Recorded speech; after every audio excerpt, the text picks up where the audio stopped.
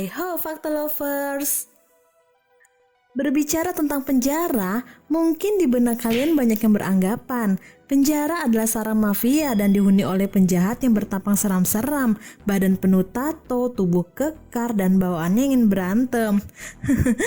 Gak salah sih, karena memang begitulah citra penjara yang digambarkan di media dan film. Mungkin dalam kenyataannya bisa saja berbeda. Kehidupan di penjara itu sangat kompleks. Ibarat dunia, penjara adalah kota mini yang isinya manusia berbagai karakter. Tak selamanya tahanan yang berbuat jahat, bisa jadi petugas penjaranya yang malah nakal. Nah, selama 3 menit ini, 3M Academy akan ngebahas fakta-fakta kehidupan di dalam penjara yang ada di Indonesia, yang pasti akan membuat kalian kaget. Nonton sampai habis, oke? Sebelum lanjut, jangan lupa tekan subscribe dulu ya, agar 3M Academy lebih semangat lagi ngebagiin fakta-fakta unik lainnya. Number 1. Walau porsi makan terbatas dan rasa yang kurang memadai, tapi jatah makanan sudah pasti. Bahkan daftar menu setiap harinya udah ditentukan. Namun jika ingin makanan enak, para napi harus mengeluarkan kocek lebih untuk membeli makanan. Number 2. Inilah salah satu hal hitam yang ada di penjara Indonesia. Semua orang yang masuk ke dalam sel tahanan harus membayar sewa kamar dan juga makanan, agar mereka bisa makan dan tidur lebih nyaman. Pungli ini dilakukan oleh oknum-oknum petugas nakal. Mereka bisa membayar kisaran ratusan hingga jutaan loh per bulan.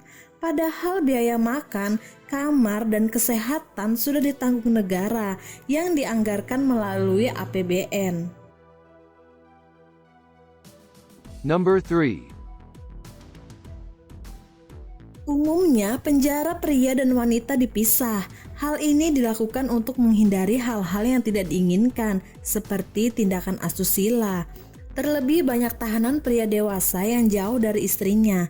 Melansir dari situs Liputan 6, beberapa oknum dari petugas nakal dapat menyediakan fasilitas pemenuhan kebutuhan biologis ini loh.